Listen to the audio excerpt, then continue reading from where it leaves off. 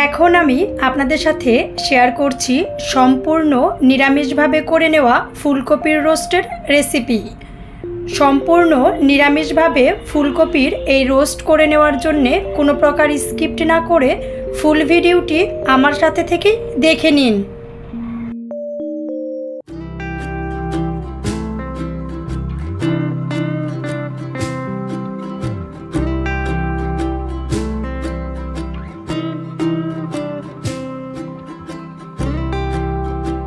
ফুলকপির এই রোস্ট করে নেওয়ার জন্য ফুলকপিগুলো গরম জলে অল্প পরিমাণে লবণ দিয়ে বেশ কিছু টাইম ভিজিয়ে রেখে খুব ভালো করে ধুয়ে নিয়েছি। মিক্সিং বলে নিয়ে নিচ্ছি হাফ কাপ থেকে কিছুটা বেশি টক দই। 1 চামচ দিয়ে দিচ্ছি শুকনা মরিচের গুঁড়া। 1/4 চামচ দিয়ে দিচ্ছি হলুদের গুঁড়া। 1 চামচ দিয়ে দিচ্ছি ধনিয়ার গুঁড়া। হাফ চামচ দিয়ে দিচ্ছি জিরার গুঁড়া। টেস্ট অনুযায়ী লবণ আর হাফ চামচ মতন চিনি দিয়ে খুব ভালো করে মিক্সড করে নিচ্ছি।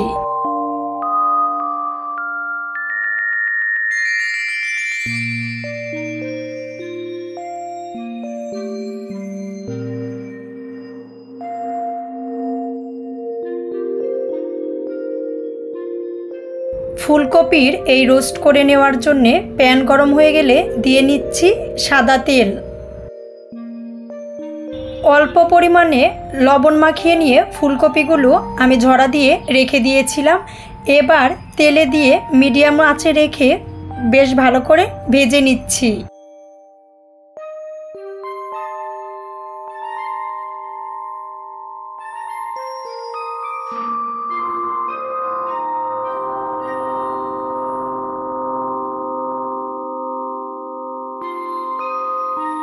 লালচে বাদামি কালার করে ফুলকপিগুলো খুব ভালো করে ভেজে নিচ্ছি। এর থেকে বেশি ভাজি করে নেওয়ার দরকার নেই। ঠিক এরকমভাবে ভাজি করে নিয়ে ফুলকপিগুলো আমি তেল ঝরিয়ে তুলে নিচ্ছি।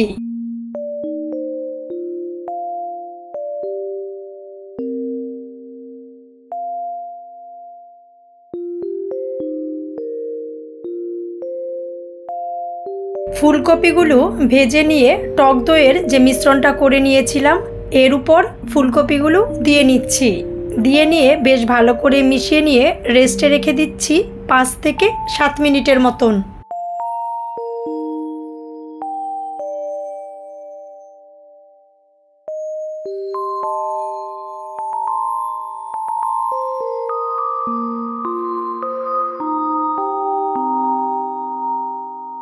প্যানে তেল দিয়ে দিলে তেল খুব ভালো গরম হয়ে গেলে গরম তেলে দিয়ে দিচ্ছি দারুচিনি।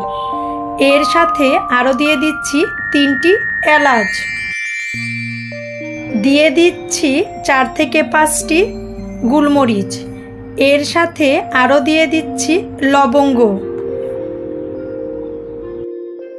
সাথে দিয়ে দিচ্ছি 2টি তেজপাতা। 1.5 চামচ দিয়ে দিচ্ছি আদা বাটা। এর সাথে আরও দিয়ে দিচ্ছি 1.5 চামচ পরিমাণে কাঁচামরিচ বাটা।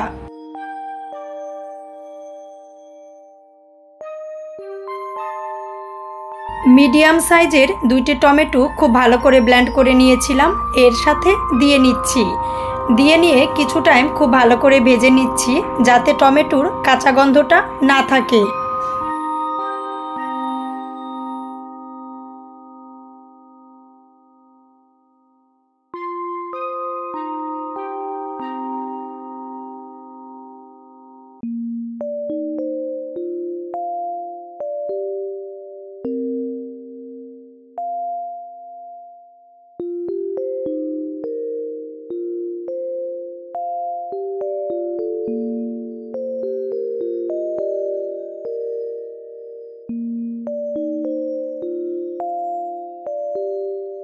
বেশ অনেকটা টাইম খুব ভালো করে কষিয়ে নিয়ে ভেজে নেওয়া ফুলকপিগুলো টক দইয়ের মিশ্রণের সাথে ম্যারিনেট করে যে রেখেছিলাম এর সাথে দিয়ে নিচ্ছি। বাটিটা ধুয়ে দিয়ে নিচ্ছি বেশ কিছুটা জল। 10 থেকে 12টি কাজু বাদাম আর 2 চামচ পোস্ত একত্র করে খুব ভালো করে বেটে নিয়েছিলাম, এর সাথে দিয়ে নিচ্ছি।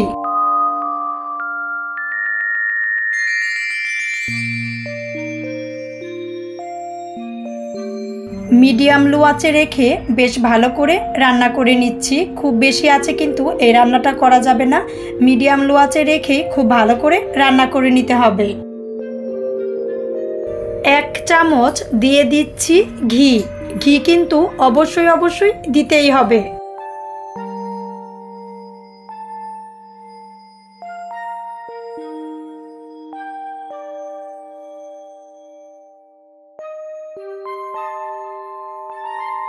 অল্প পরিমাণে দিয়ে দিচ্ছি গরম মশলা।